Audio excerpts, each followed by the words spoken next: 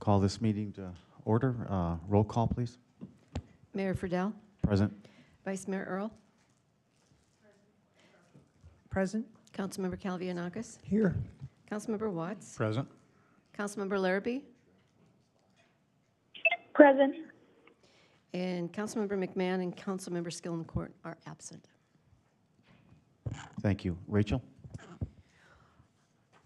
Mayor, Council, I have a couple of words. I just wanted sort of to introduce our meeting today, remind everybody what we're doing, why we're doing it, and how we will be proceeding. So bear with me here.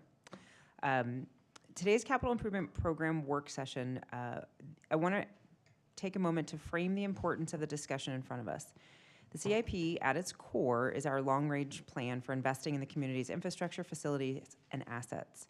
It reflects not what we build or repair, but how we prioritize service delivery, safety, and quality of life for our residents over time. These decisions are always a balancing act, and Mayor, you and I talked about this a little bit. While the CIP identifies important capital needs across the departments, we are continually weighing those investments alongside other critical priorities, particularly roadway maintenance and reconstruction, which is, as we know, one of the community's highest expectations. Our goal is to ensure that we are making thoughtful strategic investments without losing sight of the fundamentals. I also want to emphasize that the projects presented to you today have been carefully developed within our current financial capacity. What you see before you is a program that is aligned with our available funding and fits within our budget expenditure limits. In other words, this is a plan that currently fits in the FY27 budget. So, as a reminder, we use a red, yellow, green framework to guide our discussion and provide clear staff to direction. Green items are those projects that Council is comfortable with moving forward with. These allowed staff to initiate work and proceed without needing to return unless there are significant changes. Changes might be the scope, price point, things, again, that are outside of what we present. Yellow items signal that we will budget for them, however, additional information or discussion is needed before moving forward. And then, of course, red items are those projects that Council does not wish to pursue at this time. This process is intended to make your direction clear and allow staff to move forward efficiently when there is consensus. We will be looking for your feedback on each project in order to assign it to the proper category. And lastly, today is an opportunity for open dialogue between Council and staff to answer questions and refine the plan. Today's project, basically today, is to let us know what projects you want us to move forward with and include in the budget proposal. A reminder that we will be bringing forward the budget proposal in a few weeks in April. So we need to make sure that those that are projects that you'd like to include are mentioned today. We note them. Anything you don't, we will remove. And then one aside, I had one earlier conversation. This is the chance to add projects if there's something you have heard or would like to see on here outside of streets. So not including streets, but other projects. If there's something that you would like to see staff consider, now's the time. All right, with that, I will turn it over to staff to begin the presentation. Paul, are you kicking us off? Actually, no. Okay, we're gonna go right to Kevin. The Community Services Director is gonna lay out the projects specific to the Parks Department. All righty. Well, we've talked about some of the capital improvement projects, but not all of them. So today is a chance to see all of them that we've kind of whittled down for this year and to get your feedback on each one of them. One that we've talked about several times, that we did the design side of this this year. And so in next fiscal year, we'll be looking to add the structure around the irrigation pumps and controllers at Desert Vista Park. This is one we talked about where we actually had a leak inside the little green box there that houses the pump about a year and a half ago now, I guess, and it fried all the computer controls that are in there with it. So the idea of this being that we can get things out and get them better protected, and both from the sun and from possible leaks that could occur. We're looking at doing several different turf improvements at Fountain Park. One of which there on the left, you can kind of see there's a berm that's always right behind where the stage goes. For all of our major events, what we'd like to do is cut that berm down and flatten out and expand that event area out to where that we can move that stage back closer to the lake, which would allow us to have a lot more people in the flat area of Fountain Park's event space. The ridge originally was part of holding water back if there was a massive flood that would come into that area. We have since redelineated the property, and so we can now take that berm out and make it so that we can have a larger useful space there at Fountain Park. The picture on the right there is another example. It's looking at getting rid of some turf that's in a difficult area, often leading to water overthrowing into the street because of the strange round corner that's on it. Makes it much harder to irrigate. It would also help protect both our monument sign from getting watered every day and the electrical boxes from SRP getting worn out there on that corner as well. This is one that we've talked about a few different times over the years, and this seemed like a good time to work on tackling both of these projects. And there's one other space that's right next to the Great Lawn that also has a dip in it that holds water, and so we're looking at leveling up that area as well, using some of the material that we pull from this berm to help do that. It'll still be turf though? It will still be turf, yes. The area by the corner there, that's going to go to landscaping, and that's going to be eliminating the turf, and the one that's red and crossed out. Does that make sense? Yes. Yeah, we'll do granite and plants and stuff in that same area where the turf is. That's the corner of El Lago and Panorama. Any other questions on that one? Does that make sense? Okay. Uh-huh. Kevin, one other question. Will that be done with staff? Yes. We're looking at the one on the corner could be a combination of the two. We're looking to do as much in-house as we can in all the turf sections, and just making it so that we can provide a much better space. And there's not much to, it's just grading. So 90% of it will be in-house.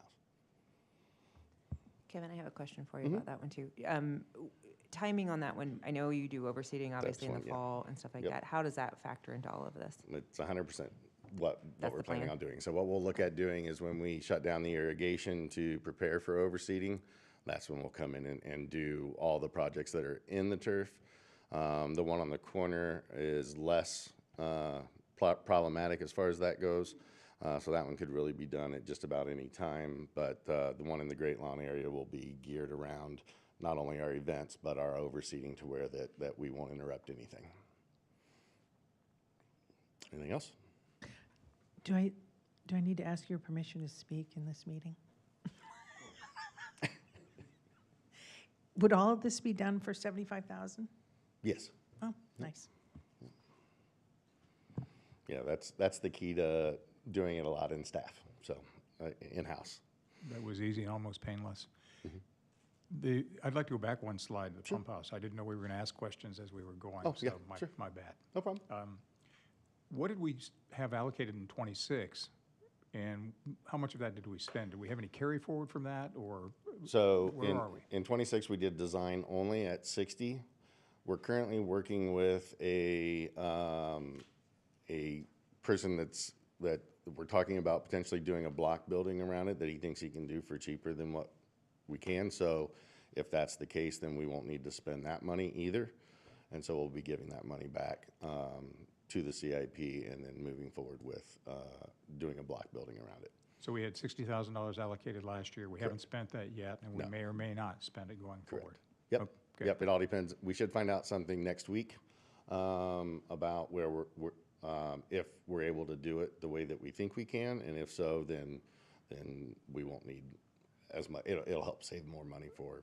So project. to put words in your mouth, in your typical fashion, you're going to come in about 150,000, 50% savings on your estimates. I always hope that, Pretty close to that. and I've done it a few times. Thank you. I don't do it every time, but I've done it a few times. It was 50. It was 50,000 towards design, not 60. Yeah. Either way, money not spent. So.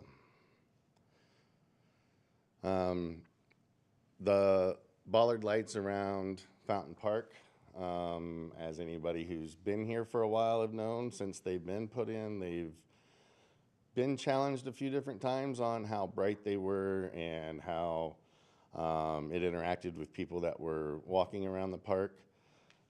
We found a company that can do this is just the light pack. We've now found out that the bollard drivers that turn the lights on and off, they're not manufacturing those any longer. We bought the last 11 that they had, so that creates a problem. This is something that could be that would be an ongoing solution to this. We've worked with a company that's does a lot of retrofit, and they're helping us out with our basketball court lights at Golden Eagle right now, as well as we're involved with our lighting around the Centennial Pavilion and for the shade and for the shoebox lights that are around there. And so they did one of them, they brought it out. We've been working with our dark sky group. This is provided by Ted Blank. The pictures of the 3 different ways that it looks. The one in the middle there is what it would go to. It's definitely a more amber color, but it still provides, my big thing was, do we get the same candles per square foot to where that we're getting the same brightness out of it? And as you can see in these pictures, it's better than one and less than the other, but the one that it's less than is the top left one there, and that's one that's not one that's clear around the park. That's the black ones that we have just by the Veterans Memorial area there. Any questions on that one? Who's up first? Oh, thank you, Mayor.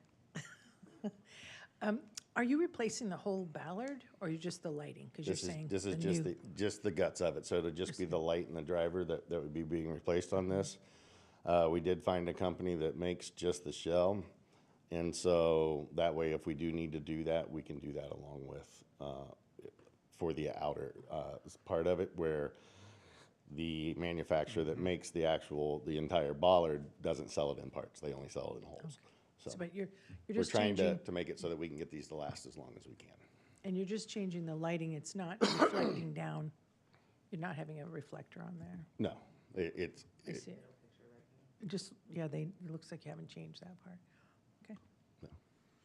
Kevin, somewhere in the 109 pages of detail that were supplied, there was a mention of more efficiency, and efficiency to me is cost savings. So did the lighting company that proposed these do an analysis of what the effective cost savings would be versus what we're paying today? We have not done a full, because this started out as a very small, like, are we going to do 10 at a time and work our way through? These are running at 2700 Kelvin, so they'll definitely use less electric. I don't know the total cost savings on that, but the old ones were at 3, and so they were less efficient than what the new ones will be. Not to split hairs, but 3,000 Kelvin and 2,700 Kelvin is the color of the light Right. on the light spectrum. And the with amp draw, that- that is what I'm looking for, the Yeah. reduction in amp draw when you go from an incandescent or some sort of fluorescent back to LED. Yeah.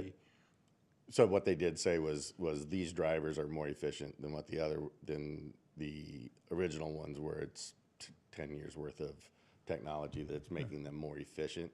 It was something that we reached out to see if there would be a substantial, if it would fit with the SRP rebates, and it was not because of, I can't remember what the It probably doesn't fit was, with the but SRP it doesn't rebate fit with their program. thing, yeah. But on the other hand, most good salesmen say, you're going to save $50,000 in utility costs over the life cycle of these things. So if we could do that, and we ended up taking it from 300,000 down to 250, that'd be good to know up front. See. Sure. Okay, thanks. Kevin, one other quick question. How many ballards are down? There's over 300, yeah. I think it's 326 or something like that. One quick question for you, too. You said you picked up 11 drivers. Did we ever have an inventory of drivers? Would it be on top of what we had? That was because we were running out of drivers that we ordered, and we had I think we had 3 or 4 that were still left on hand. So we do have enough to last for a little while, but Yeah, how many do we have in inventory? Any rough idea? less than 20. Okay. And how long does a driver usually last? It is so random. I wish there was a direct number, but when we first put them in, we probably had 10% of them that failed within the first year. And then since then, it's been hit and miss here and there where they fail. But we probably go through 8 to 10 a year at least. So we have like a year, 2-year max Yep. And then we're supply. gonna have to figure out something.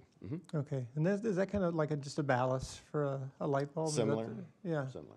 Okay. Thank you. Yep. All right. Kevin, I was just going to emphasize the mayor kind of beat me to it, that there's more than 300 of these down there, and they were in 16. So they're 10 years old. We knew that this was a cost that was coming, but the discussion we've been having internally is, just like Kevin said, do we take this on in stages, doing 10 at a time? Between the color change and the cost savings of a bulk order, that doesn't make the most sense. We save significantly if we order and do this project in one fell swoop. Correct. Is that accurate? Yeah, because they're all being made specifically for our lights, there's definite cost savings in doing all versus one. Anything else? All right. Fountain Park Lake Liner Replacement Design. So this is one that we've talked about a few different times.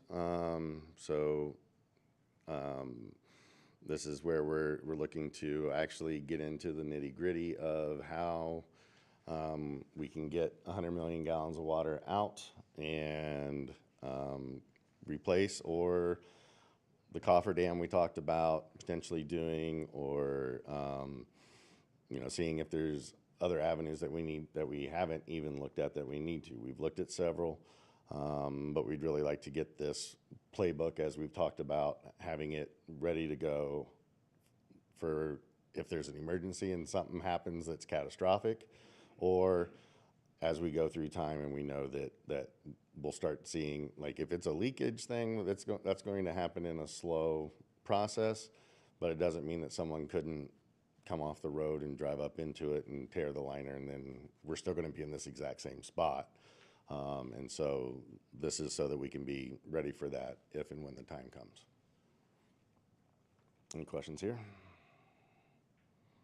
Okay. Fountain Park remodel replacement. Down in the bottom left corner there is the shape of the structure. It won't be that big. We're looking at 25 by 25 foot structures, but that's the style that it'll be. We're in the process right now. We have it out to bid for this project. This is a 2-year project, so this year we're scheduled to do 3 and do 2 next year. So this is just both an update and for the ones that we'll be doing in next year's process. Any questions on these? Did the old ones have lights? Because it looks like it's like. Yeah, the old ones do have lights. It's nice. Yep. And it's called Barrel Vault? Yes. I They're didn't know from a company called Cedar Forest. Oh, that's the company name. It's not going to be saying Barrel Vault. No, it won't say that there. That's just the name of the product. Got it. Okay. Anything else? Yeah, and then, again, looking at the pictures on the right, is there a public safety hazard right now going on here? Yeah, it's close. We 'Cause, keep yeah, an looks eye on with it the on a cracks and daily the basis to pillars see if we and need to the pull roof stuff falling down. and- No, so the way that the original one was designed, it had a layer of metal, a layer of insulation, a layer of metal. So what happened was, somewhere along the way, moisture got in between the 2 layers and got wetness, and so it's rotting from the inside out. And so that's where we're seeing the holes start to pop up, and a few of them that are out there, and other ones aren't far behind. So, and we did look into just replacing the roofs. That was the thing that we thought would be the cheapest. And I think 3 different vendors come in and look at them, and each one of them were over $100,000 just to do the roof. And I was like, well, we can do the whole structure and then some for that. So that's when we started looking at it a different way about 3 or 4 years ago, and so that's what got us to where we're at. It's just, again, just to a layman, it looks dangerous, and I think this should be a priority item. to get this thing going as soon as possible. Yep. Thank you. And Kevin, just so I'm clear, all 5 of them were $200,000, $40,000 apiece installed? No, this is, That's what- so we're doing 3 this year and we're doing 2 next year. So there's 300,000, I think there's 320 on this year's and 200 on next year's for 5 total. Oh, on They're- 26, we've got $320,000 for 3 of them? Correct. So $106,000, $7,000 apiece. And next year, we're going to have about the same thing for the other 2? For the other 2, correct. Okay, thanks.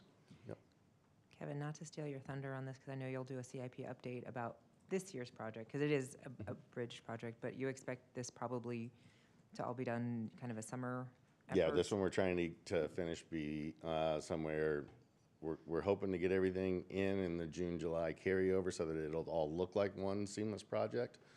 And we'll do it in the hottest part of the summer to where that most people won't be out when it's 115 to sit in the shade, even to sit in the shade. So that's the impact that we're trying to, as long as we can get them produced in that amount of time, then we should be all good. Thank you. Thank you.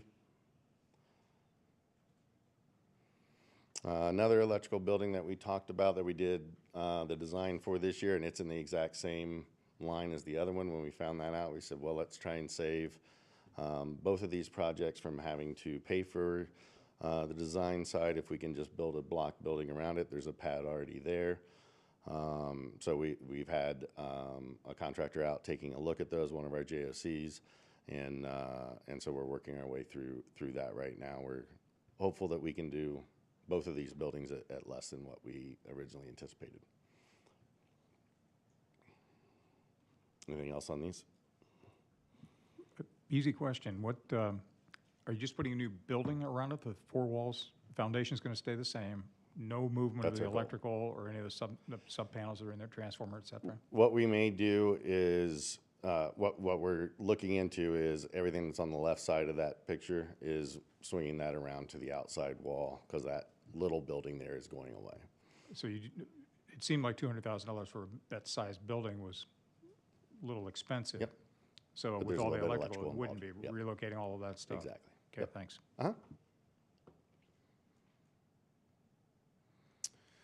This next one, we talked about, I think once a little while ago, about taking the irrigation that we're currently sharing a lake across the street from Golden Eagle Park. And the golf course uses the lake for their irrigation, as does the park. And so all of our pumps are in the same room. We're sharing the same body of water. And it has had some issues definitely over the years with doing that, with discrepancies on what type of injections we should use, how to treat the lake, all that sort of thing. What we're looking at doing here is putting in an in-ground storage tank, doing a direct feed from the sanitary district. That middle picture there is approximately where the water line runs that goes over to fill the lake. So we could tap into it in that location, put a small pump house in the bottom right corner of the picture there on the right, where the red box is, and then put the tank in that turf area below the turf. We think this can be a cost-effective way to do this and give us total control of our irrigation water. We'll have better water quality because we'll have control of how we treat it. As you can see that picture there on the left, that's an every year scenario for our park guys. And when you have 1,000 sprinklers in the park, it turns into a lot of work having to clean those. We do chemical treatments of our lines to try and help minimize it, but we still run into having to clean out a lot of sprinklers, usually in the June, July timeframe, which is a great time to have to do a lot of work on your irrigation system. So for both of those reasons, we would like to get away from having to do that, and we think this is the best way to do that. We've already talked with the sanitary district about it. They're on board with it. So it'd just be a matter of doing some modifications to the line to pull it off. So this would be, this is looking at getting the design done this year, and then in 2 years, starting on the actual construction. or 3 years. But the 75,000 doesn't include construction costs. This is That's just purely design, right? Correct. Because of how much stuff's involved, I Right. didn't want to make a guess on that because I felt like that was a little bit above what I could. But you've got 4 Yes. years, so the construction's going to start FY '30. 30, yeah. So that was because of how our CIPs were lining up. We felt Okay. like that was a good year to do that. So no estimates yet on construction, $75,000 for design, that's it. Yes. Thanks. Kevin, 2 questions. Do we have this issue anywhere else in town? This is the only spot that we have anything close to this, yeah. And you anticipate the storage tank to, that be below ground? Below You ground. won't need a block? No one will see the water supply. It'll all be below ground. That way we can make it the exact size that we need it to so that we know we turn it over as often as we need to minimize the amount of treatment we would need to do. And it just gives us total control of the irrigation for a critical piece of infrastructure. Kevin, I've chimed in on everyone, so I'm just going Sure. to chime in on this one too. I apologize because this is something Kevin and I have talked about quite a bit over a number of years. So this has really been something in the background for a while. So I'm a little more familiar with it. But one thing I wanted to mention, particularly for you, Councilman Watts, is you had asked about offsets. What we didn't mention is that we pay an annual fee to access the lake that's across the street. So that savings would be realized year over year once we got this up and running. I'll bet you the order of magnitude, the labor costs are significantly more than the fees that we pay.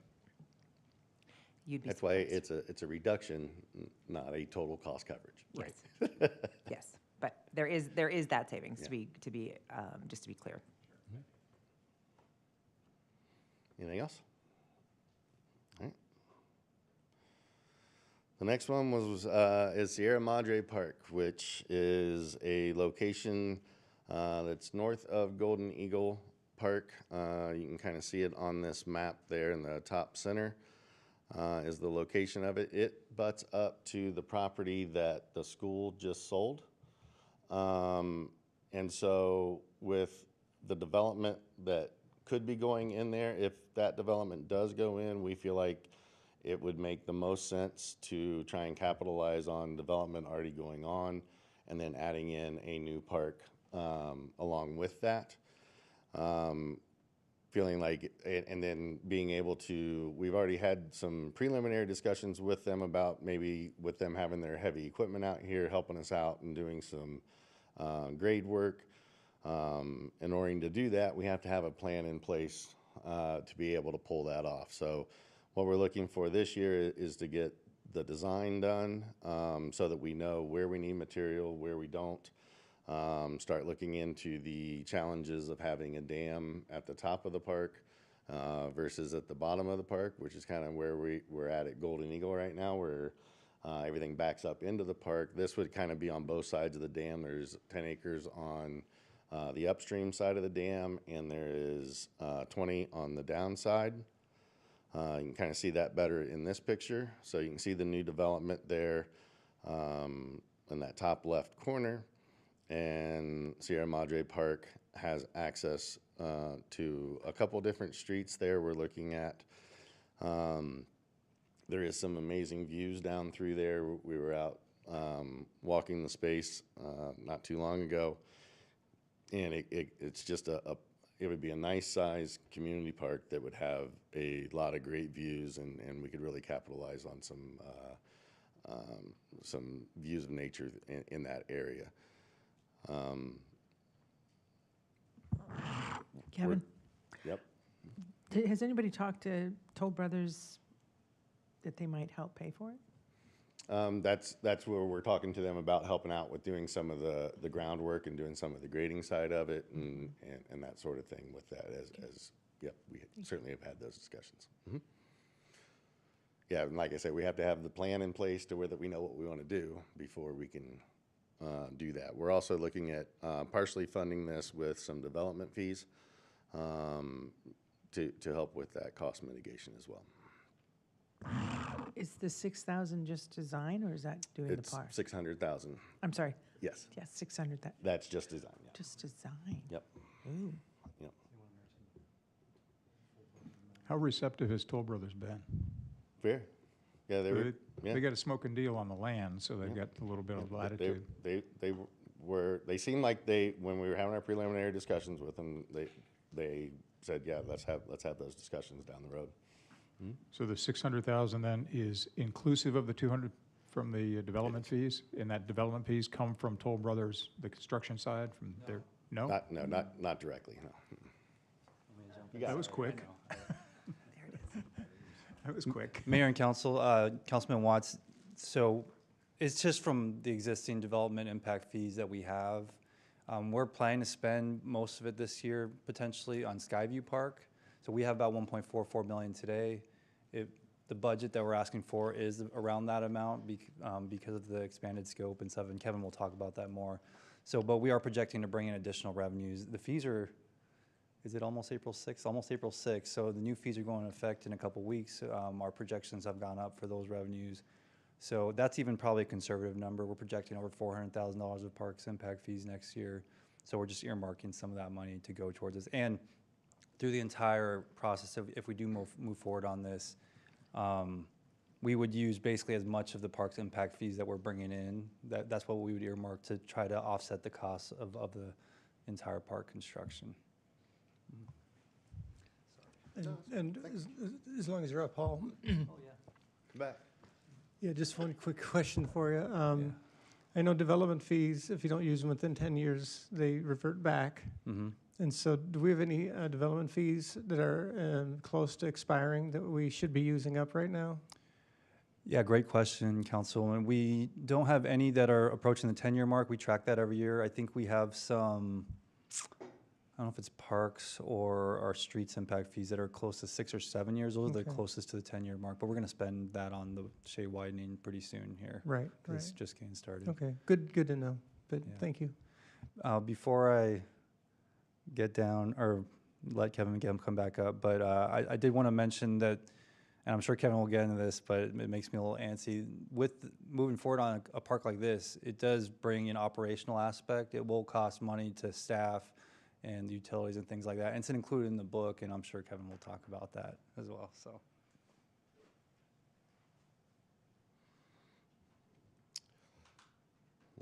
With that, I'll take any other questions on the park itself, design. He mentioned more staff. Yeah, Go taking ahead. care of 30 acres of park is definitely going to take some more staff. We're planning a multi-year approach to this. I think we have it scheduled out 5 years at least of doing a phased approach on it, because it is going to be, I mean, it's 32 acres. It's not going to be, it doesn't build for free, and it won't, and making sure that we have the money. So we've been looking at all those numbers and seeing where that puts us at. And so far, we're all on the same boat as thinking that this does work. It is a good time to do it with what's happening in that space. If it wasn't, then we probably wouldn't be looking at this project today. It was something that Rachel and I had earmarked, I don't know, probably 7 or 8 years ago, as far as this being a great spot for a community park. And with the new development coming in, you know, we were like, if the school builds there, or you know, that's where we thought we could tag into. And now with the development going in, it makes the same sense with a new development going in to come in at the same time. Is this a good time to ask him the question? Okay. Just asking, how much staff were we talking about? Well, we don't know yet is the answer, because as Kevin just said, we're visioning building this over 5 years at least. So each phase of the park will determine what staff, if any, meaning if it's a highly active park where we have, and I don't know this, again, this is where we don't know, that's why we need to build a design and plan it out. Does it have, you know, high use amenities? Are we getting hundreds of people through there every day where we need to be checking trash multiple times a day and cleaning restrooms and things? Or is it more passive use where we're not seeing that type of high traffic number, where we have people, and it's really gonna be dependent on what elements are included in the park, what type of amenities, and how fast they're added, i.e. the first phase of this is probably going to be much more low impact, right? With some trails and and things. As we add a playground, or as we add a restroom, or as we add other things, that will determine those staffing elements, as well as the operational costs, whether that's for supplies, materials, that type of thing. The idea for today in this conversation is none of those questions can be answered until we have a design, until we know what the park will include or won't include. Let me just step in. Please do. So, given the size of this, think about Fountain Park at 60 acres. 30 of it is lake, right? So the outer 30 is going to be similar to this. So the max that I can see us needing there would be 2 staff. And depending on the impact, like Rachel said, it could be that it's 1. It just kind of depends on what all ends up going there. And like Golden Eagle has 2 staff because of the activeness of the space and how much we're having to turn over fields to get everything ready. So you can kind of look at it from that, and it'll be 2 or less. I have 2 questions. Do we, and I won't hold you to this, do we have any idea what the value of Toll Brothers moving, grading, what that brings to the table for us? Do we have any idea, estimate, ballpark? No? I'm not sure. All right. Yeah, you're talking heavy equipment. Yeah. So Yeah. it'll be considerable. I was going to say, it's costly to do that, so there's certainly some value to having that done. Correct. The second question I have is, with this design, they're going to be there putting sewer lines in and all kinds of stuff. Are we anticipating that our design is going to say, hey, we need a sewer hookup for potential washrooms down in here? Will that all be taken care of with the design work? And can we get Toll Brothers to put a hookup in there, anticipating the fact that we're going to be able to have a restroom down there at some point in time? It would all depend on where that needs to go to. But without the design, we don't know any of those answers. So we need to figure out the design and where the location will be for things that need that, and restrooms, or even our irrigation hookups and things like that. And so that'll be what'll help determine what we can and can't easily do. Mayor, I think you kind of hit the nail on the head in that question, is that we can't give Toll any direction. We can't make any of those requests or partner with them or collaborate on any of this until we know what we need. And that plan is really the catalyst for that conversation. Toll has been very open to dialogue with us and have asked, well, what is it that you want? And I can't answer that until we have more concrete plans, until we have a design. Exactly. So a lot of this is all turning on that conversation. And again, Kevin mentioned it, we wouldn't be having this conversation today. This wasn't really on our horizon until that development process triggered. And then it made sense to piggyback. If there's going to be development in the area, we should capitalize on that in terms of timing. And it certainly takes a fair amount of time to develop a park, to get the design for a park of this size, as we all know. And so we need to move on this quickly to be able to catch when they still have their heavy equipment on site. So there's definitely a ticking clock as far as. Do you need us to delay this? I'm just kidding. Yeah. I think we should take every advantage possible if they're going to be down there, and we're going to need it at some point anyway. Any other questions? All right. Our next one is Skyview Park construction. We have the design done. We are out to bid. The number that we put in the book was 1.4. That was based off of some engineering estimates and a little bit of contingency as well. We're still hopeful that we'll come in under that. Some of the things that were in the original cost, we think we'll have taken care of some of the issues that were in that engineering estimate before they start working on it. This has been a project that we've sat in several meetings with our dark sky folks and made sure that we're looking into all the details possible to make sure that it's a success when it opens.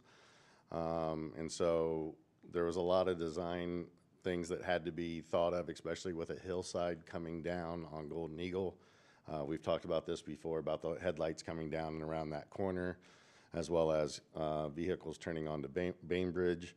And so to help with that, the center, we have the big structure that had to have a top and sides on it to where that we could capture more of the light and make sure that it doesn't ruin the experience.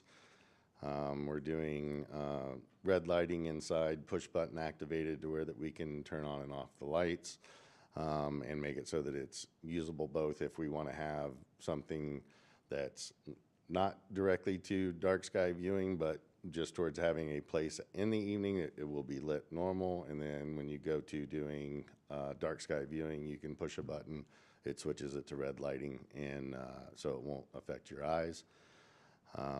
And then, you know, there's walking trails that'll be around it that'll add in a bunch of different and unique styles of plants so that we can show our residents there's more to landscaping than lantana. And we're always trying to get people to use different things. We certainly do in the parks. And so this provides a nice space, and with it's heavily tree oriented as well, to where that as the trees grow, they'll help to protect from the lights coming into the space. So you can see, and I know this is hard to believe, but we were about 75% less vegetation in this than it originally came to us, because architects love to put more plants than what you need to if you let them grow to their full size.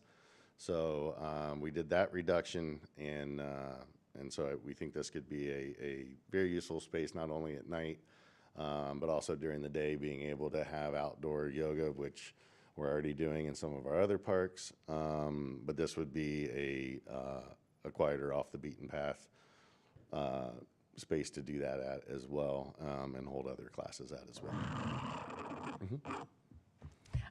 How much parking is there?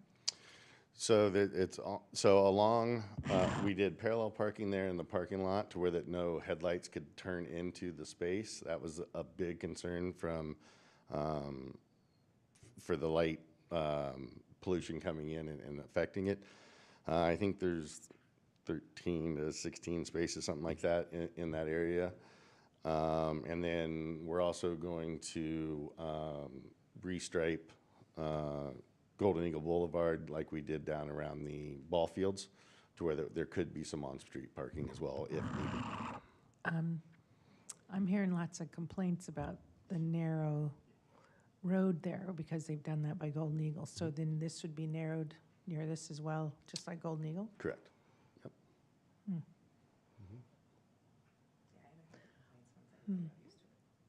Well, I'm still hearing complaints. So, okay. I don't know if I like that reducing the road that way. It's also feasible that we can give the parking lot a chance to see what type of traffic you're seeing. I think the question becomes is if the use demands more parking, that's our best option, is to create on-street parking. Yeah, I don't think it needs to be there out of the gate. I think Yeah. it'll be something where we see how it functions. performs. Yeah, I mean, but we want to be Because prepared it is a for really the small future. park, and so if you have, I mean, you know, with that many, the parking spots that are in there and the number of people, that would be a pretty sizable event in that space for that time. So the idea is this should sustain itself. If we found that it was that popular that we needed to expand, there is a solution to that. But it's a potential. We got to think of what we, down the road. Kevin, you gonna do, for walkway lighting, you gonna do the same type of bollard lighting? It is a low-level bollard type lighting. Same thing as we've got around the fountain now, Not the basically? exact same, but similar. Okay. There is a church right across the street too, with a big parking lot as well. So that's something we can always explore as well. Maybe we can get an agreement to allow some overflow in there.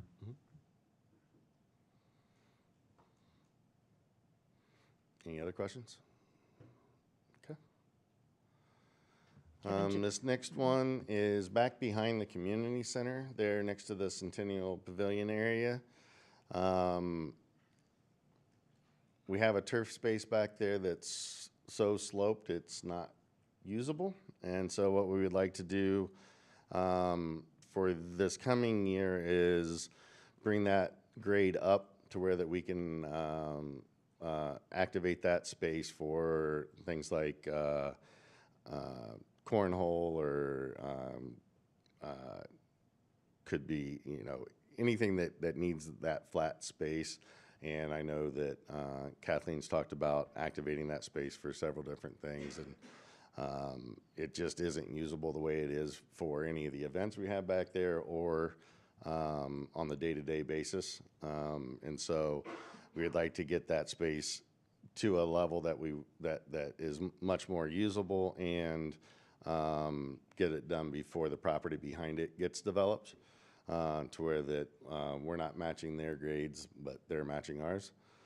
And there is a storm drain that's in there that we've talked about that we can bring up some that'll help us also with making that grade much more flat. And so that's the main part that's on for this fiscal year.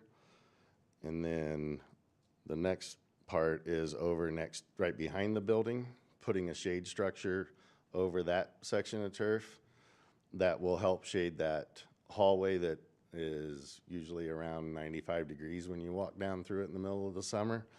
And it'll also provide an outdoor seating area next to the building, and then doing a balance type fitness area where the turf is there currently.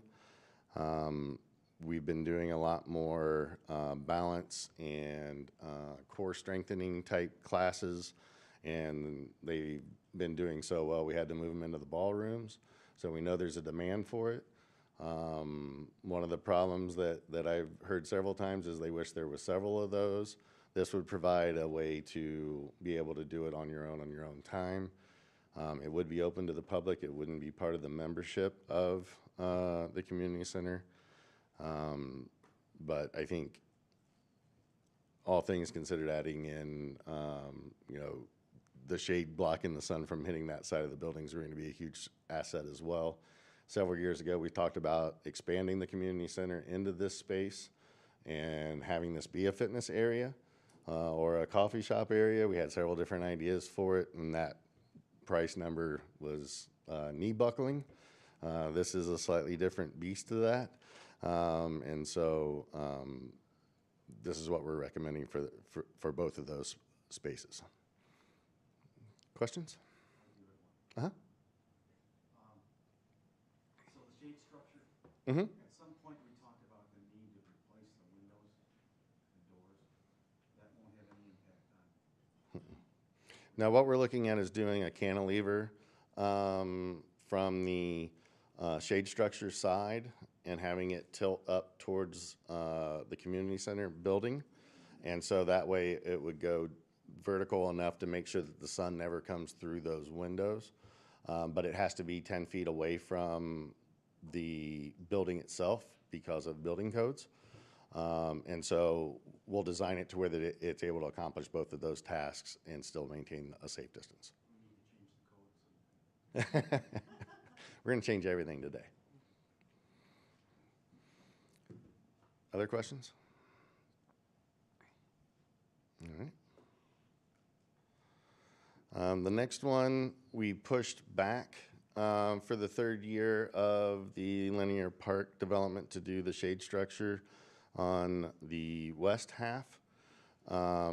This is a similar design to the one that's on the east half, to where that we maintain consistency through that group. We've noticed a lot of people using it and using the shade structure that's on the east half.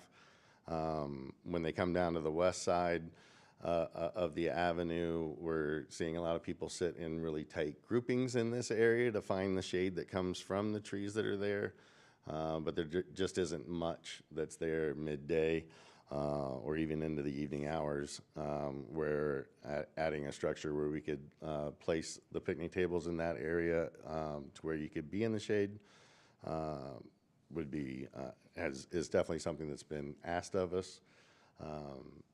especially during farmers market days, but also during regular days out there as well. And this is something that we're not looking at doing this year. This is 28. I'm just kind of sharing the stuff for the future years as well. Questions on that one?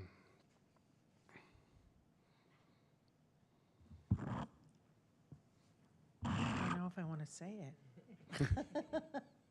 We had some people very unhappy with the first one.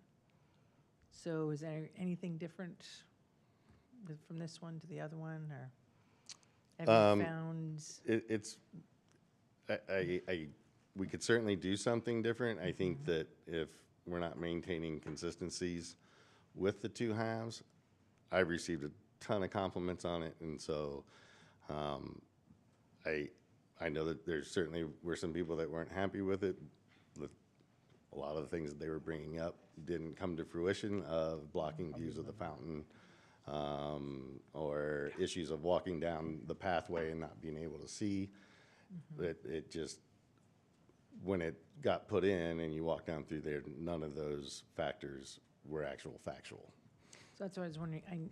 Talking about the views or from people, there will be the apartments above these. This is straight out from the parking lot that's just on the end of the building here. So this is straight out from the sheriff's office parking lot. Based on this map on the upper left, what you're talking about, I believe, comes in further down. Oh, okay. Correct. Because so the other one, people were saying was going to block views, so it's. Yeah, and it's definitely not. You don't even see that structure until you get down to it. When you're walking down the hill, all you see are trees.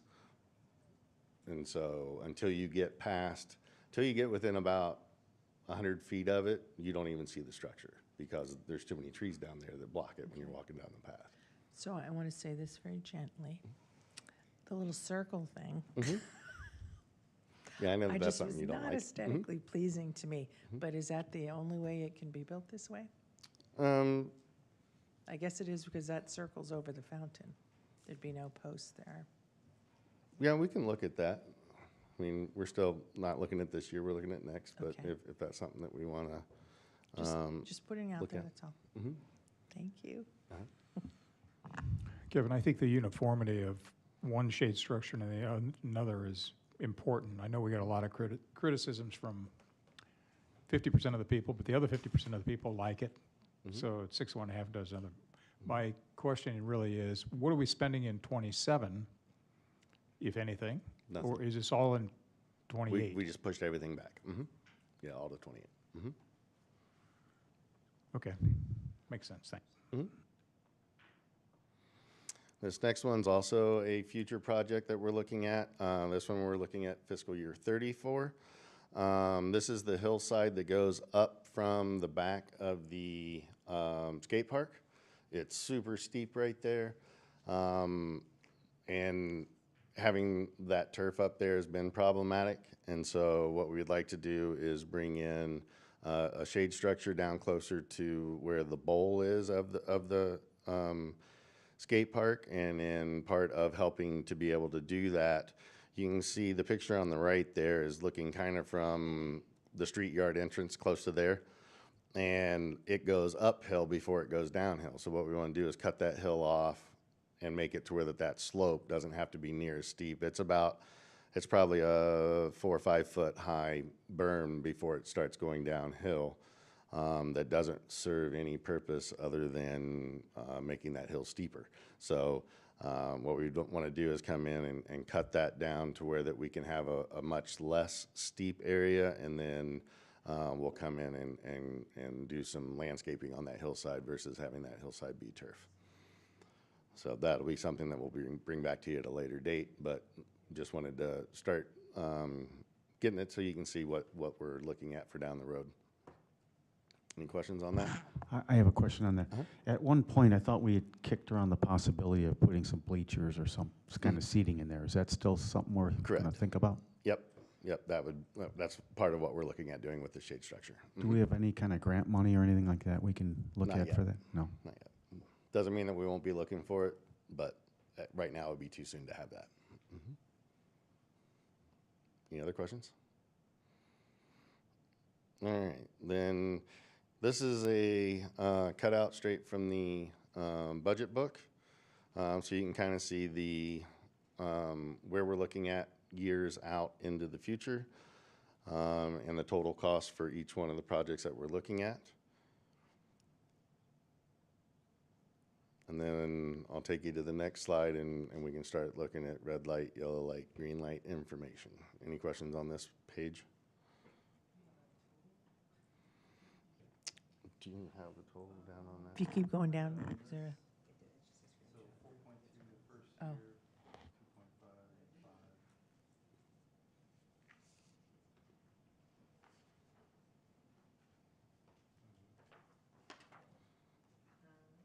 So for 27, it would be 4.2 million. For 28, it's 2.5. 29 is 5 million.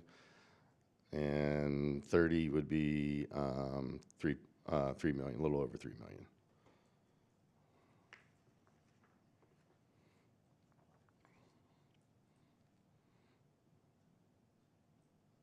And just for reference, it's also in your packet if you want to scroll. If you head over to like page 15, there's a good bar graph that kind of shows the amounts, each project, and then where the funding is coming from. And you can kind of scroll down from there to see the totals that Kevin just called out on page, looks like page 16.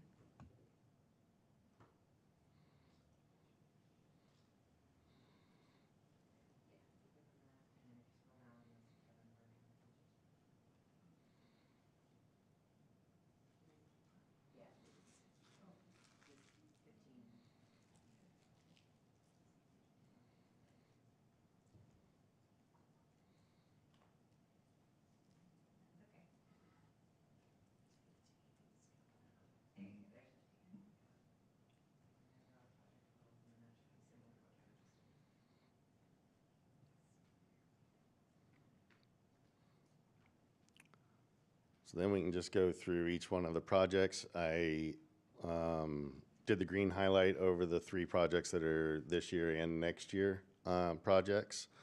Because we're hoping that if you guys were on board with those last year, that we'll stay on board. But just so you know, those were the 3 that were greenlit last year. And this year is looking to be the construction side of those. The first one there, the Fountain Park Lake Liner Replacement Design. We'd like to get kind of your opinion if, so we know if we should red light, green light, yellow light that one.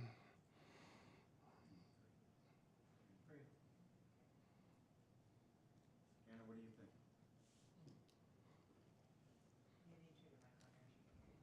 think? Hannah, do you want to weigh in on that one?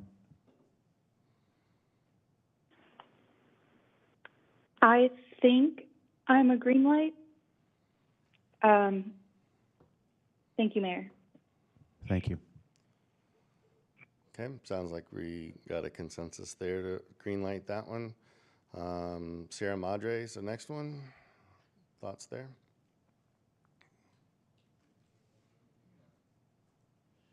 Is that the one that's actually 400? That's, Yeah, 600 total, but 2 of it will come from. So it's yes. 400. Yeah, we'll take, that one has 200,000 coming from the development fees, and 400 would be coming from Is it a capital. complete, definite, it's going forward with the Toll Brothers? It's up I to us know. at the council level. So I'm wondering, I know, that was a rhetorical question. And what we So could do is we kinda- could, can we do that? we could green light it with the understanding that if That's what I one would do. doesn't happen, then the other does. Yes, that's what I would do. Okay, Thank you. that's Yeah, fine. and that's at least 200,000 in development fees. It could be more, Mhm. depending on what happens. Yeah. Yeah, I think so too. Okay. Yeah. Okay, we'll add that asterisk to it, that we'll green light that one with the understanding that if the Toll Brothers development doesn't happen, then that one goes back on hold. Let me ask Councilmember Larrabee if she has an opinion. Hannah, on the Sierra Madre Park, 600 grand, at least 200 coming from development fees. How do you stand on that one? I agree with the understanding that we just mentioned. Perfect. Thank So, you. yes, with the asterisk. Thank you. I think so much of it is not so much whether the Toll Brothers project will go forward or not. It's what concessions are going to be made by Toll Brothers to be able to help. support some of this. So it's a little bit nuanced in the concessions. Okay. But yes, I'm in favor of it. Yeah, we'd have to have the development to be, the plan to be able to figure that out too. Sounds good. Skyview Park. That one's being paid entirely with development fees. That is not out of the CIP budget, but where are we at with that one? Kevin, just to clarify too, that 1.4 is a estimate. Estimate, yeah. It is it's out for 100%. bid now, It's so out we for bid. don't actually have the final bid on Correct. cost yet. Is that accurate? Correct. Okay. Will that be, is that okay? Will that be depleting our developmental fees? budget? Yeah, It's it'll gonna take, deplete it'll it? take some out of that, but that's exactly what development fees are earmarked for. These development fees are only able to be used for new development in parks. In parks, okay. And they're gonna, there we go. The expert, thank you. Today, we have about 1.4 million, so just above that amount in parks impact fees. So hopefully the bids come in lower and we spend from that. And to Kevin's point, that's really the development impact fees are only for capital projects for the most part. So it would be what we would use as a funding source for this project. All right, thank you. Mhm. Green light. If I may, just the Skyview Park, a lot of it's going to be contingent on whether it's going to be passive park, active park, for the eventual funding, correct?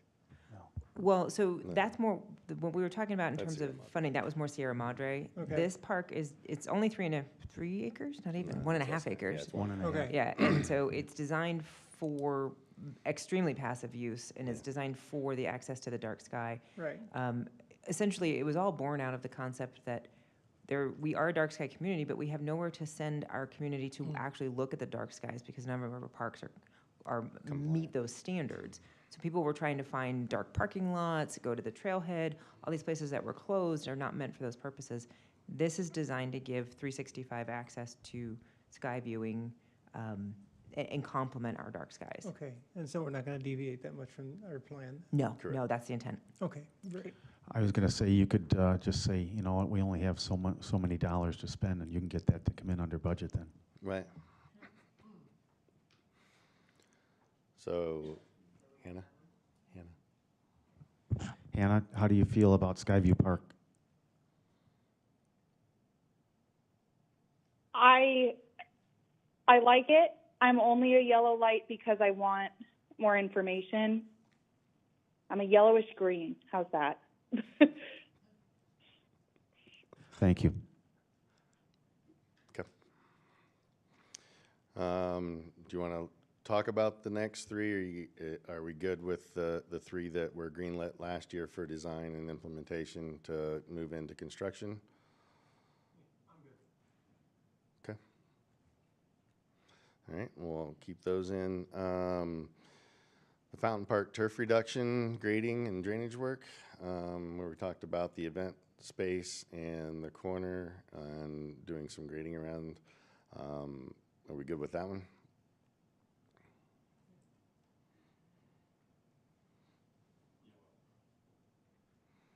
What do you, is there something that you're wanting to see more of, or? From my perspective, I don't know what we have saved from last year, what we're able to roll over this year. We haven't done really a consolidation and elimination on a financial statement. When you look at different, and the buckets, I'm going to go back to the buckets. So what have we been able to save and accumulate that we haven't used? So I was really hoping Paul would be up first, and I could ask him those questions. But as we get there, some of this is contingent upon what we haven't spent yet. Like you said, these three we've approved, but we haven't spent the money. So if we haven't spent the money, but we've got it from last year, then I'm good with it. Be more money. Yeah, then I'm good with that. So Well, and But- I think Paul's probably going to tell you this already, but we don't know what that consolidation is until the end of our fiscal. I mean, we're in the last quarter of the year Right. and cranking on CIPs right now. So that we won't know what's left in the bucket. But that's why this plan was built on what we do know, what we do have in the bucket, not based on what we might have rolled So over. everything that you have here, we can pay for today? Correct. I can touch on that too. So Mayor, Council Member, we're projecting to have somewhere in the $8.8 to $9 million left over in the CIP fund at June 30th, considering we get a lot of these projects done that we're talking about. A lot of that hinges on shade widening and how far that progresses, but around 9 million.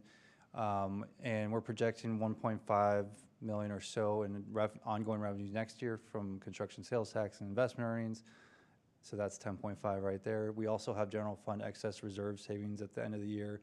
So once this year's audit and closed out around November, we'll bring that to council most likely. And right now we're projecting about $4 million. Just based on projections, I do want to clarify projections are projections, they can change throughout the end of the year, but we're projecting somewhere around $4 million of general fund excess reserve savings at the end of this year.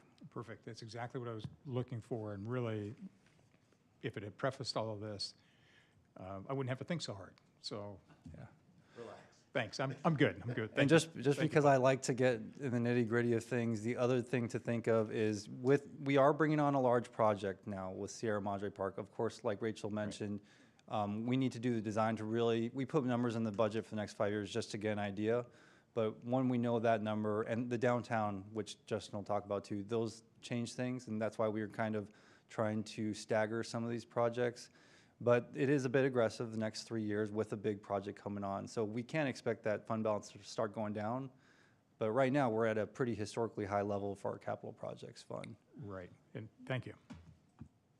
The other note with that Sierra Madre Park, we can do the design. That doesn't mean we have to carry everything forward right away. Yeah, one of the big things that we did this year was when we came up with all of our capital improvement projects, both Justin and myself and Paul got together and we just started talking about which ones made sense to move, which ones, and that's why you're seeing some of these projects are pushed for future because we didn't have the money to do them all this year, and so we started staggering those out, where all the ones that we have listed on this page did fit within our capital improvement for this year. And some of it didn't also have to do with money, it had to do with our expenditure limitation. How much could we actually True. do based on those caps that we have? Right. So it's Very much so. yeah, so pulling those different levers. But that's why we also wanted to take a little bit broader look than sometimes we have in the past with our CIP. Sometimes we get sort of focused on just 1 year or 2 years, but looking at a horizon kind of helps know what's coming down the pike. So with that, are we green on the turf reduction grading at Fountain Park? Yes. Okay. Next one, the Golden Eagle Park pump house storage tank design for the irrigation system. That's just the design side of that. Okay. Let me get Hannah's way in. Yeah, that's my fault. Councilmember Larrabee, how do you feel about the storage tank? I'm all good with it. Thank you, Mayor. Yep. Good, thank you. Okay, the next one there, the community center, and this is just year one of just doing the turf grade that's out the back there that we looked at first. It'll just be a matter of leveling that up and putting in, changing that irrigation system for the back section. It'll still be turf, but getting it so it's level and usable versus a space that never gets used. And then this is the actual work, not a study. This is actual work, yes. Right, thank you. Okay. Hannah, on the turf design for the back of the community center, how do you stand?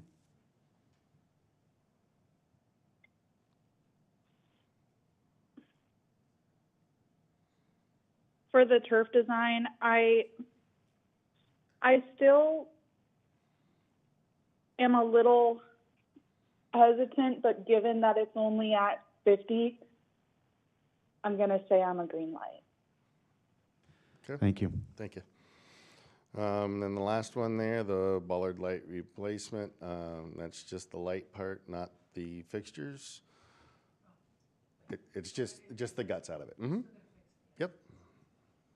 Yeah, I'm good with that. I'd still like to know what the savings is Okay. converting from what we've got to LEDs. I can get those. I'm kind of a yellow on this one. I'd just like to bring it back in a year from now. Yeah, I think we have time on our side since we do have replacement parts. And it'd be nice to trim something from this list. So I'm kind of a yellow. Okay, so we got 2 greens, a yellow. I'm a green.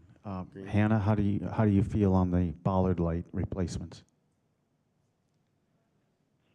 I'm also a green. I know we've had a lot of feedback on those lights over the last few years, so I'm kind of excited to get this done. All right, and that's all that I have. So thank you, everybody.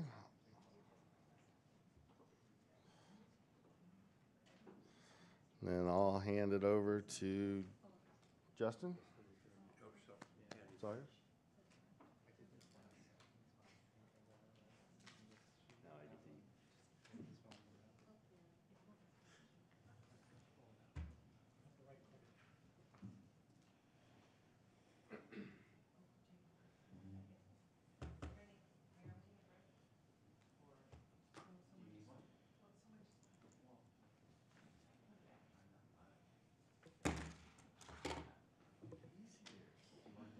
You and your left-handed mouth.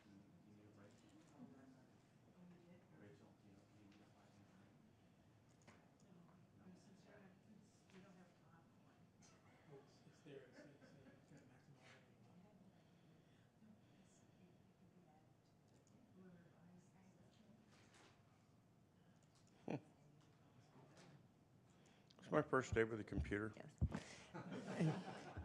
Mayor, as we get pulled up here for the next set of projects, I wanted to throw out, and we were discussing that, nothing was pulled from this, item. We didn't red light. I said, well, arguably, you actually gave us the red lights at the staff retreat or the budget retreat that we did in February. We did modify some of these and pulled them out. So arguably, we did try to bring back a plan that was consistent with what we heard, so that there was.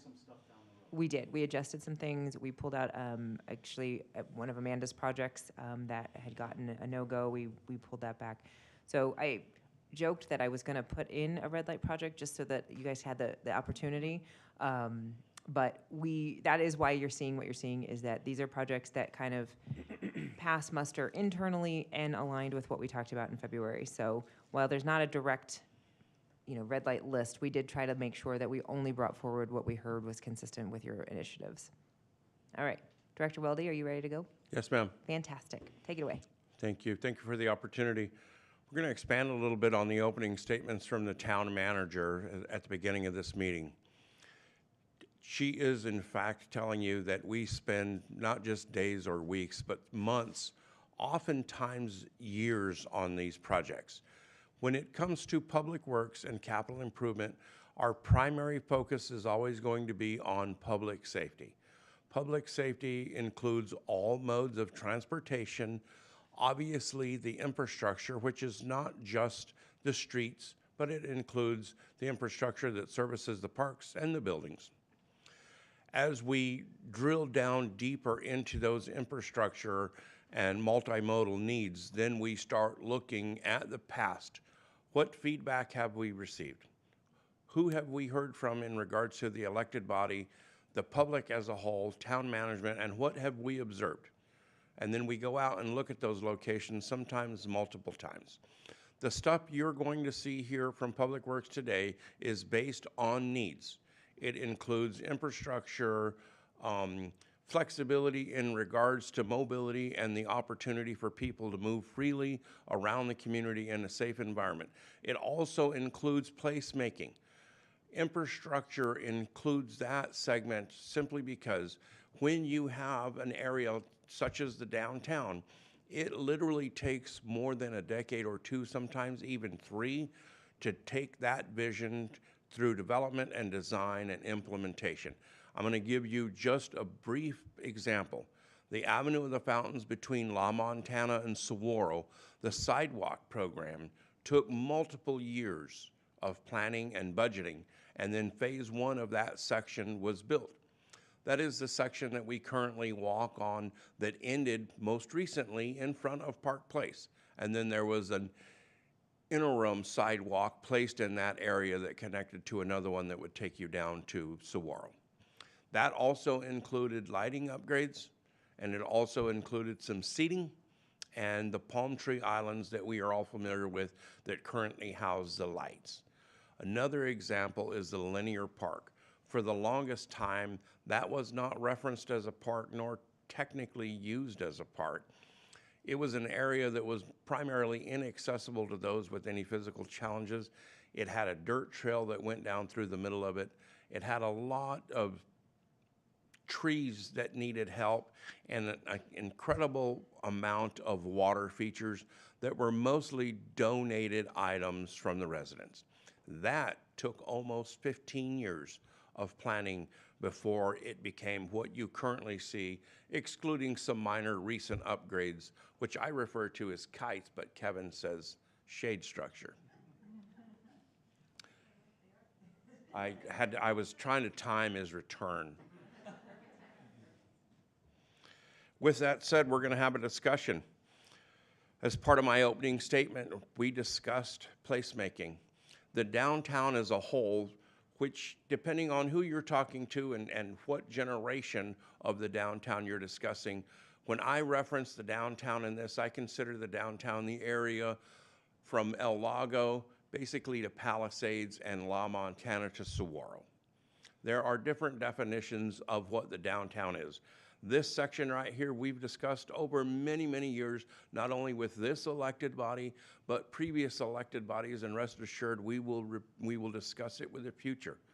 This is the Verde River Park View. We came to council some time back, asked for permission to get started on the design.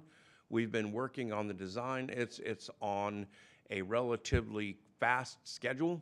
We met with them just a few week before last, I believe it was, and discussed the need for some drainage improvements that'll be necessary on the Park View segment of it. As a reminder, this is split up over several years, with the focus being the design for Verde River Park View and then initial construction actually taking place on the Verde River section of it. I've already been talking for a considerable amount of time. Are there any questions before we move on here?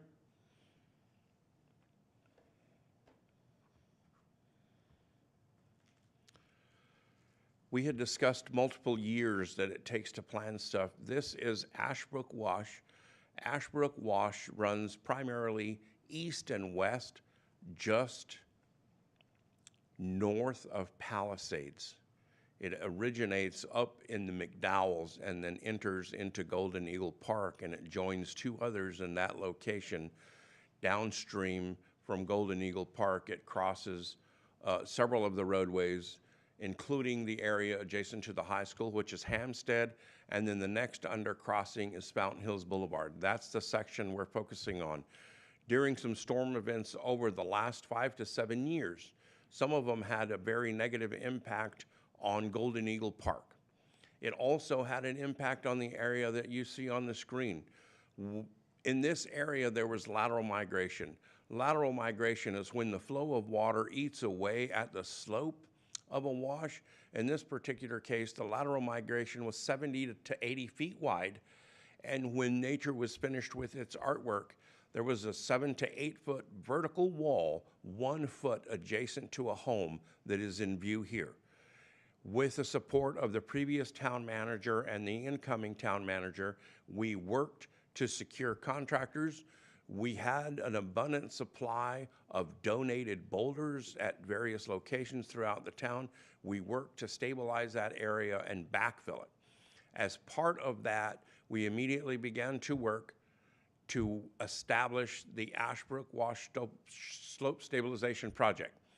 The intent of this project is to control the flow on the town's property between Hampstead and Fountain Hills Boulevard. For clarification on that, the area that is west of Hampstead, between Hampstead and the Golden Eagle Dam is private property and belongs to the school district. So we're challenged on what we can do in that section of Ashbrook Wash. The intent was we would take donated materials, which you can see here on the screen, we would utilize that to create the first slope on the north side. And as part of that, begin to work with the Maricopa County Flood Control District in regards to grants while we secure donated materials for the south side. We have been very successful on the north side, as you can see. For any of you that have been in that area, it is a clear walking path, and there is a pedestrian gate there that remains open. The intent is we continue to move forward and we apply for grants to help with the stabilization. The finished product would be a 50-foot bottom with 2-to-1 slopes with riprap on them, and then the top area would be for recreational walkers and or riders, that kind of thing. Any questions related to this one?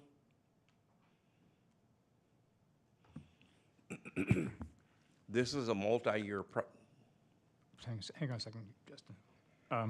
The riprap, have you already collected that, and is that sitting in one of the washes today? Mr. Mayor, Councilmember Watts, no. So we do not have the adequate amount or size or gradation of riprap for this project. That will have to be sourced as part of the project. But we're still using the washes as storage area for the millings and some of the larger boulders and so on? To a lesser extent in one location, but several other locations are nicely stocked right now. We are currently using some of them that we have stored to stabilize the slope in Bristol Wash adjacent to Palisades, Golden Eagle Boulevard at Golden Eagle Park. But Sycamore is still being used as a storage area as well? No, sir. No longer? We have a small amount of material there, but we've primarily moved that material out. Are we covering the materials that we're storing now to camouflage them to some degree? We talked about that a year or two ago. We have not done any camouflaging to the balance of the material that was there. There's a couple of reasons that we are moving that material. The one is we did receive complaints, and then those complaints stopped after a while. We've not heard from that group. And the second one is that area is identified as a future park, and we don't want to impact the use of that land for that purpose. Thank you. The sidewalk infill and design, this is a multi-year project. We've all had an opportunity to look at it. The most recent additions were on La Montana, fronting the Bashas Shopping Center and a couple of other locations in town. We still have a couple of small areas to complete before June 30th of this year. This is part of what we discuss when we talk about multimodal and or an area where people feel comfortable walking. This sidewalk infill has generated an incredible amount of positive feedback over the years. Again, this is a multi-year project. Any comments related to sidewalk infill? Awfully quiet. Is there going to be any grant money? I know you've received grant money in the past. Mr. Mayor, Council Member, so the grant money for this type of thing is a considerably more limited now. And the reason for that is the government that offers, the federal government and state government to a lesser extent that offers that grant requires or at least asks that you have a master transportation plan, and we do not have one of those. So we will certainly apply for grants like the $4 million one we used. The likelihood that we would be selected is very, very limited. They're going to go first to the communities that have already completed their master transportation plan. Yeah, because I think that last one was like 1.8 miles of sidewalks. For Saguaro, it was a very little bit more substantial. than that, yes, for Yeah, just around $4 million. So, yeah, it would be obviously better if we could get the grants, but yeah, thank you.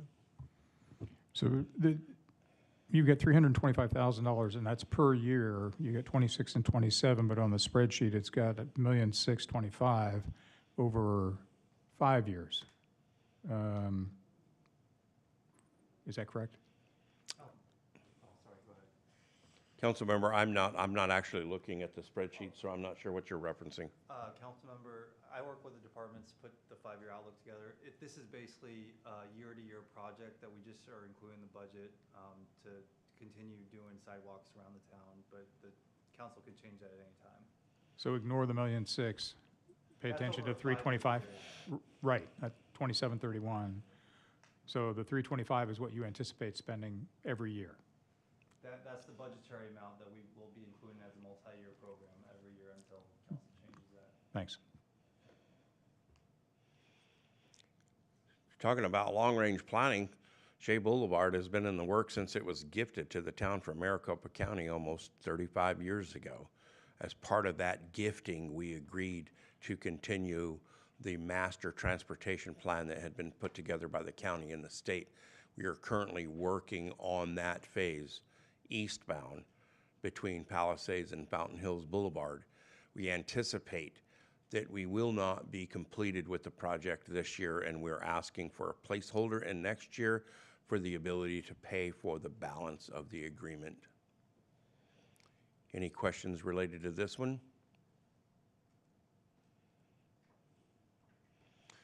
Pedestrian marked crosswalks. The feedback from the public is primarily positive on this. There is an exception to a retired gentleman, a well-respected engineer, that is not happy about how many times he has to slow down and or stop on the way to his favorite tavern. Outside of that, it's been quite successful, and we would like your permission to continue that. We came to the mayor and council over the past couple of years with proposals and locations. We have several other ones that we have identified. Prior to the closeout of this year, which is June 30th, there will be one additional one appearing on Saguaro at La Montana on the south leg, so on the south side of that intersection.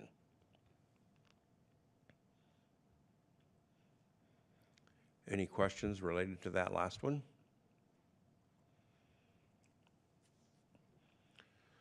We've discussed this for a considerable amount of time, and this is the rehabilitation for the town hall campus roofs. We had anticipated that this would be a much, much larger number, but the architects and engineers have come back with a solution overall reducing that substantially by over, well, 75%. This is our estimated cost based on their assessment. We are not quite 100% on the plans for that, but we believe that we'll be going out for bid for that later on this fiscal year or early next fiscal year. Questions related to the roofing? So you're doing an overlay over the existing structure? Council member, that is correct. It's going to be a repair overlay type process. So there's some areas where it's going to be a little bit more, they refer to it as destructive removal and then replacement, but primarily an overlay. Address some of the slope and drainage issues that are on the roof at the same time? They're going to address some of the slope and drainage issues. They're also going to address some of the failure of the ceiling of the parapet walls. There are a large number of penetrations that are not properly secured. It's a pretty comprehensive list of items that they're working on. And I assume the engineer is looking at the structural integrity, if it can take the overlay, because I think there's been a couple of overlays already done, haven't there? To my knowledge, council member, there's only been some minor repairs, but nothing substantial. Okay, No good. full overlays. Thanks. You're welcome. Any questions related to the roofs? Yeah, and this isn't really a question, but just an observation. I know when you brought this before the council years ago, the number was eye-popping. And then we went with an experimental fill, and that didn't work out, which was disappointing. And, you know, I just can't imagine how much work you took to get this number so manageable. So I just want to appreciate that, because the numbers come down considerably. Must have been a lot of work, and so thank you. Thank you. I will share the kind words with staff, of which, well, there is one right here in the building, facilities, and also Alana Buick and Beers. So they worked hard on, and again, it's a little bit misleading, destructive investigation, where they came out and cut numerous holes into the roofs to determine what they were made of and what would be necessary to repair them. So I will share those kind words, or Mark will, with the group. Thank you. This is a multi-year project. This is its first year. This is the dam sediment removal and improvements. Several of the dams, and this is a good example, have never received the proper maintenance in the impoundment area.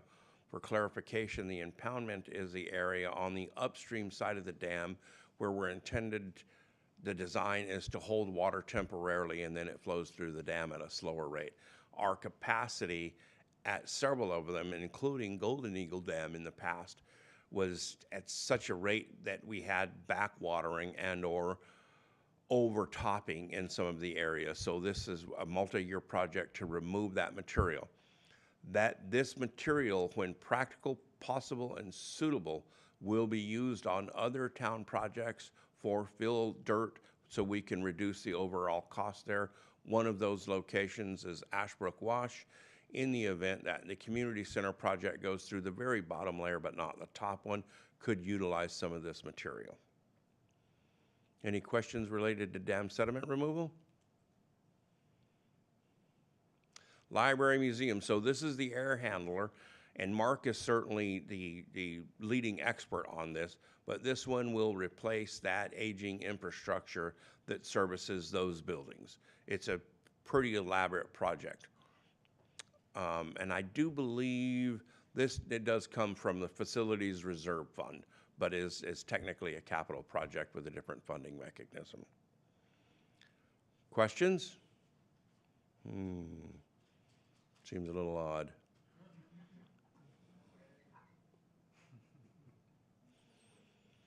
Golden Eagle impoundment. Boy, have we discussed this multiple times for multiple years. So this is the final phase for the impoundment.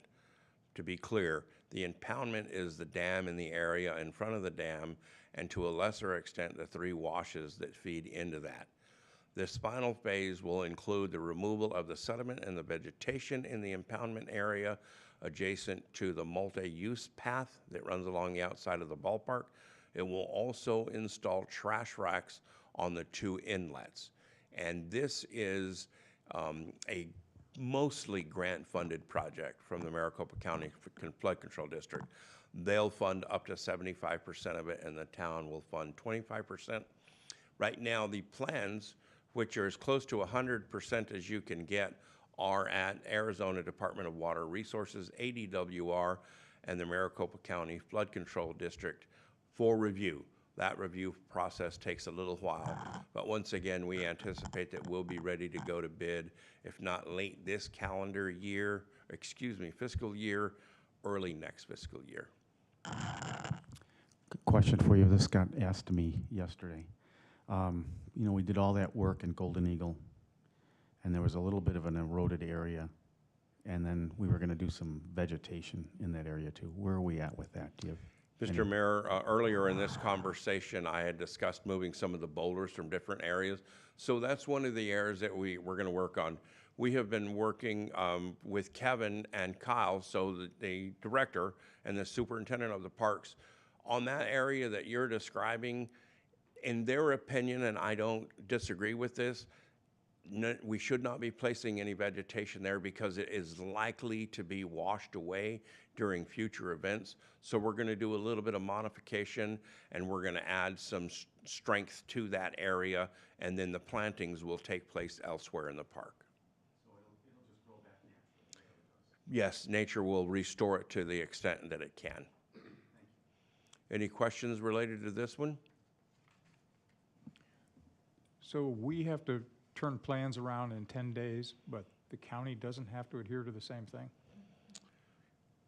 To my knowledge. I'm looking at John thinking, yeah. So what's good for thee is not good for me type thing. There's different types of applications, and I can only comment on the applications that we were involved with. For the application to review an existing shallow system in Panorama down by Panorama Park, the review period is 487 days on their side. I shouldn't have asked. For the impoundment, it's up to 18 months is what they're allowed.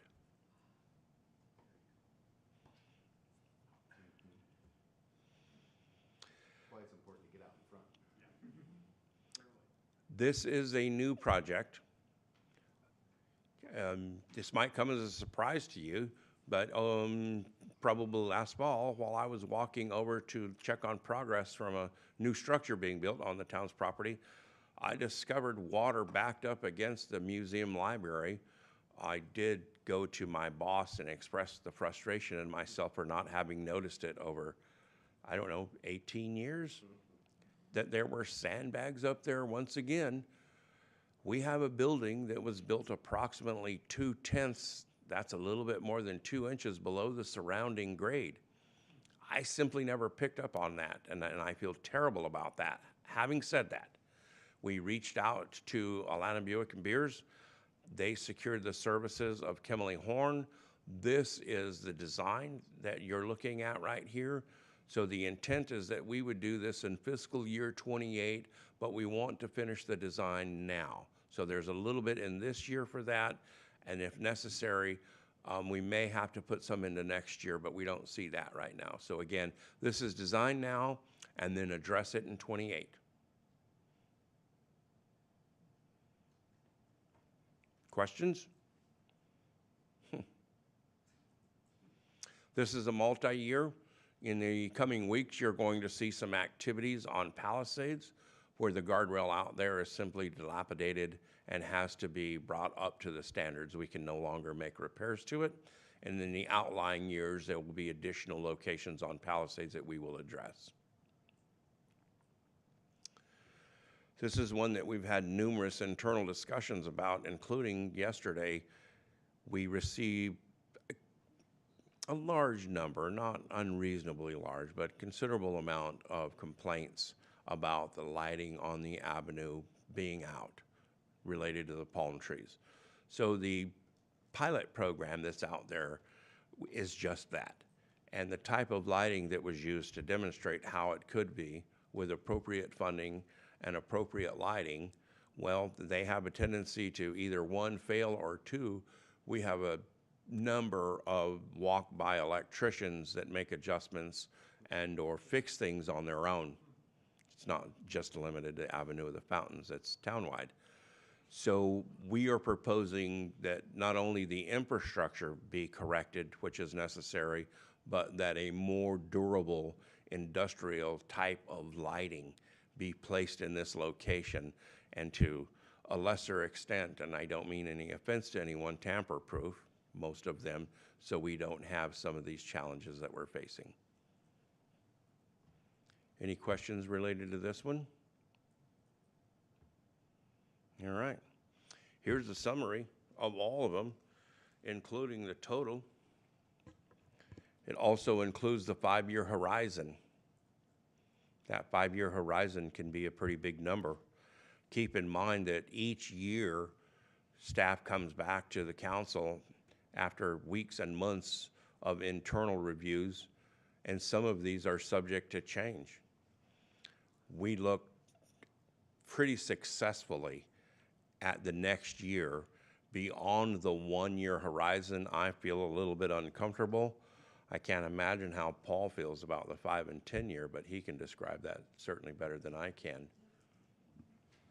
Justin, do you know what the rotation rate, so to speak, is when this starts to occur again? You get 5 to 10 years out of each of these projects, then you have not only the maintenance costs, but the replacement costs. So when we design, what do we design for as far as a life cycle? Depends on the different type of structure, council member. But just on average, I mean. So if we're looking at concrete structures and roads, we're looking at a 25 to 30 year, and depending on the level of cost, it's capitalized, and then we put in funding for maintenance throughout that lifespan. So every time we create a capital project, or we renew it, or we keep it in the multi-year horizon, there's a cost associated in the book that's related to maintenance, and eventually it'll, at the capitalization point, ideally there would be funding in the capital reserve to replace it. That hasn't always been done, though, has it? I mean, we're being proactive now, which is a good thing. But historically, we weren't that forward-thinking, so we kind of get jammed up a little bit. That's an observation, just an opinion on my part, so you don't need to answer. I think the thinking and the planning was in a good part. It was just the budget restraints The that kept it execution. from happening. I hear you. So, because a lot of these things are subject to nature, subject to weather, subject to just wear and tear, tamper-proof things that don't have the same life limited, so. It's good to know we're taking them into consideration now. I'm fresh out. I thought I had a, no, I don't. I thought I had a red, yellow, green light, but we'll have to go back.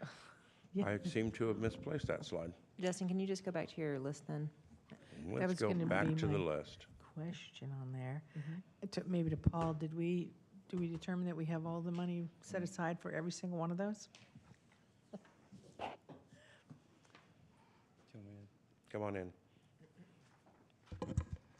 So Mayor, Councilwoman, I have this spreadsheet in front of me, looking at the 5-year outlook. We have enough money for all these. We specifically earmark certain funds to pay for certain things that would fit that, like those types of projects, such as the Parks Development Impact Fee Fund. So of the $9.3 million that's in the CIP plan, we'll add some contingency when we bring the proposed budget to council. So it's going to be around $10 million as a full CIP budget. But just for the $9.3 million, about $4.9 million would be coming directly out of the Capital Projects Fund. And like I mentioned earlier, we have over $9 million today in that fund, and we'll continue to add to it. $1.1 million, if the whole project, the whole plan goes through as planned, it'd be about $1.1 million of grants. Development impact fees about $1.9 million, and facilities reserve, including the lake liner design, $1.4 million at this point. But that's subject to change by the time we bring you the proposed budget. Today's about getting that feedback from you.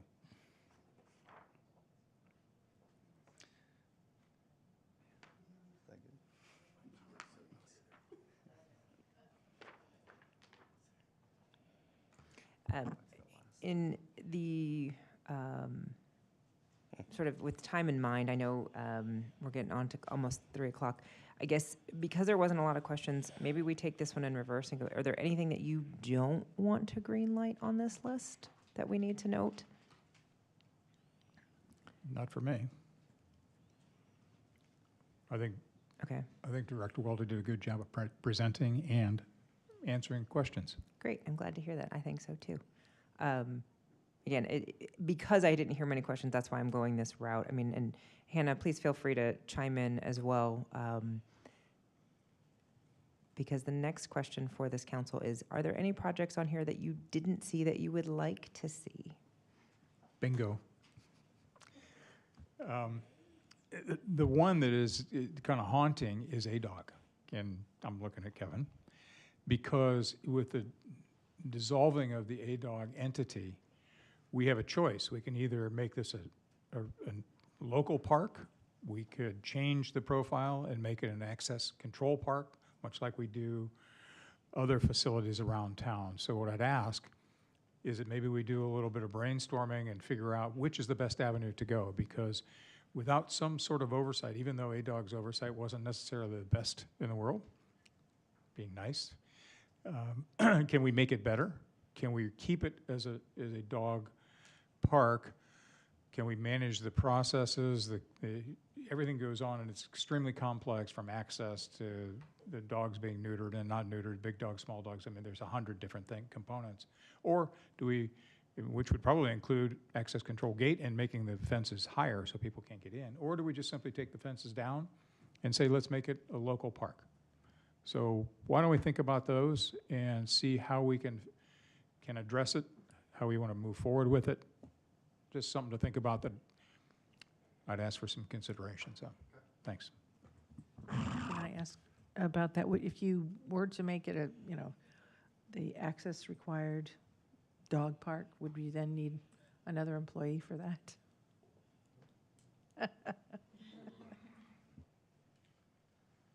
So with having checked into that 0 times, my answer would be I have no idea. The reality of it is anything that you change is going to require something to be different. So with that, I can see that stirring up some disbelief from residents for sure if we're charging to come into, or depending on how that access is done. Is it free access and you just have to have a card to be a member? Are we changing times on it? Are we, there was a lot of things thrown out. Are we turning it into just an open park area?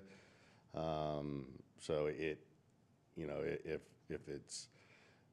it's just the access side of things, we would have to at least have somebody manage and run that side of things. So the cards, how you get them, is it a third party? Is it done in town hall? All of those things would have to be looked at as well.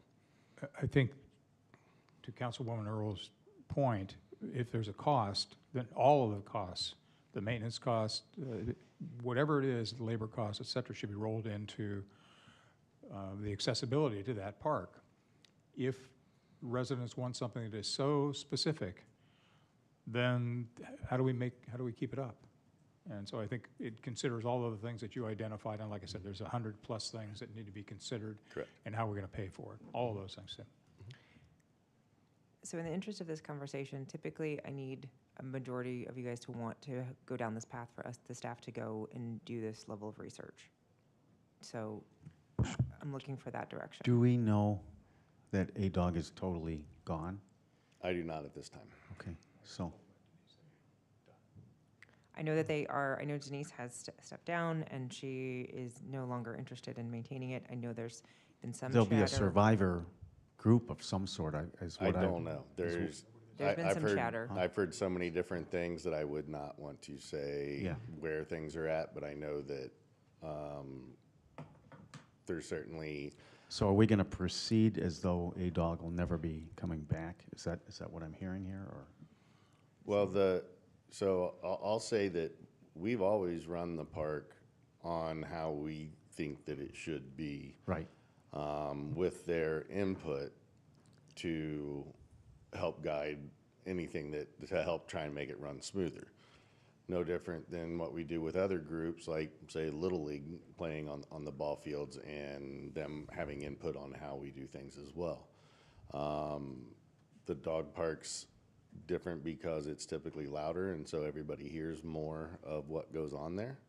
But as far as the town operating the facility, we've run it with the budgets that we have to do the things that we do, and A-Dog has supplemented that to add things that they wanted that we approved of. They've wanted things that we have not approved of, and we haven't gone down that road in the past. If they wanted it and were willing to fund it and we approved of it, then we would go down that path and figure out exactly what to do and how to do it. If that money source was not there, then we would run it within our operating budget and continue to function like we do with any of our other parks. So don't you have three choices? You can leave it as is, run it the way we've been doing it without input from A-Dog, assuming that they're dissolving. Mm-hmm.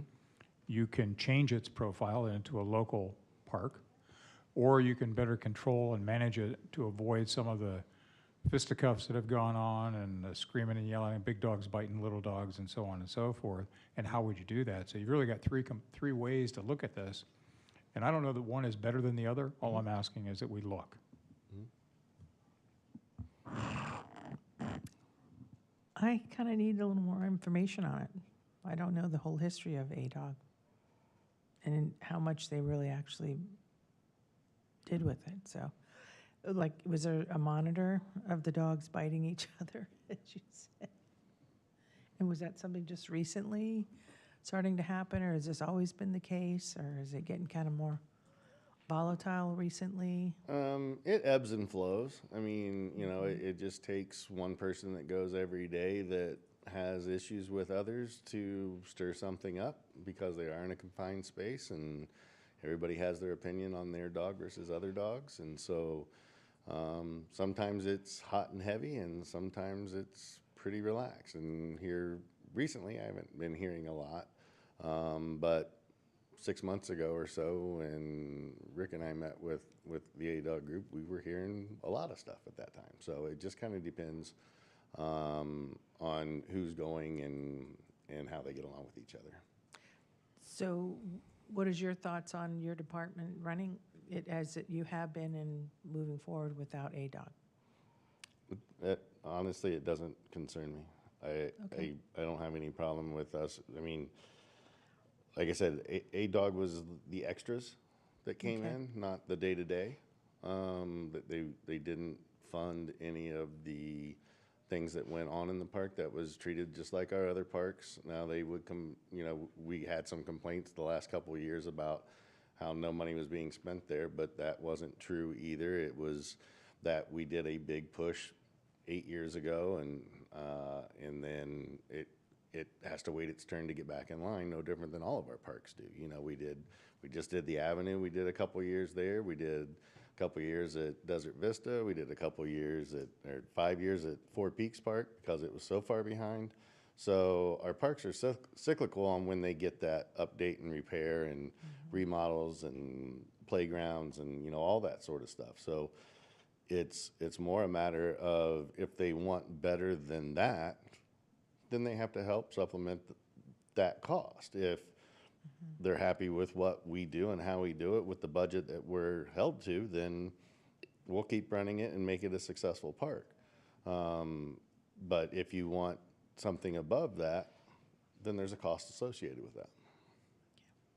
Yeah, I'd hate to see it go away.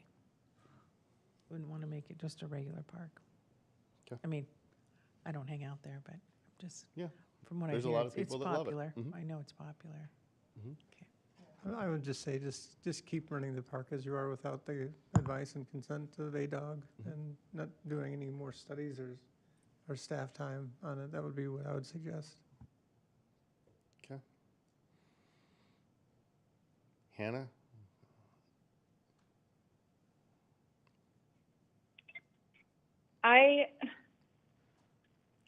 I think at this moment, because we don't know what the future for ADOG will be, or could be, I guess, I think for now, let's continue as we have with Kevin running, and maybe there will be kind of a branch off of volunteers that take on the role that ADOG had, hopefully. So at the moment, I don't feel we need to make an emergency plan and make it so that no one does take up that mantle, if that makes sense. Sure.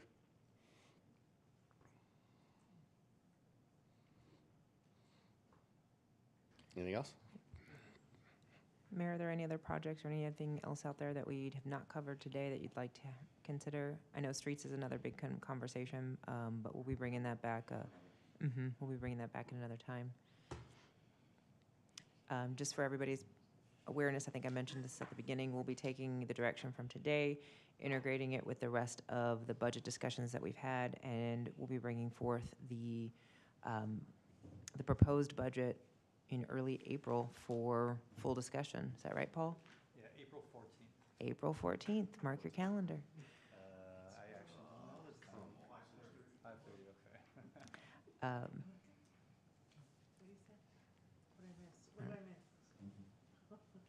No, I was just saying that the budget 14th will be a work session here in the council chambers. I believe 5:30 is what I was told.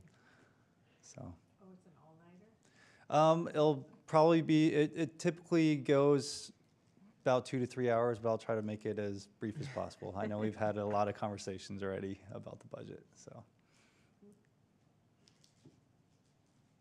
Well, I would say it's actually scheduled at 1 on my calendar. Oh, is it 1? Mm-hmm. Okay, So sorry.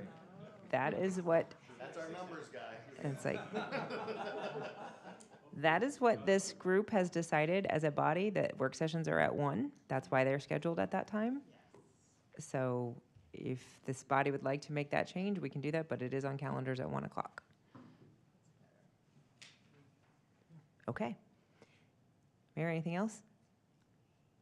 Okay.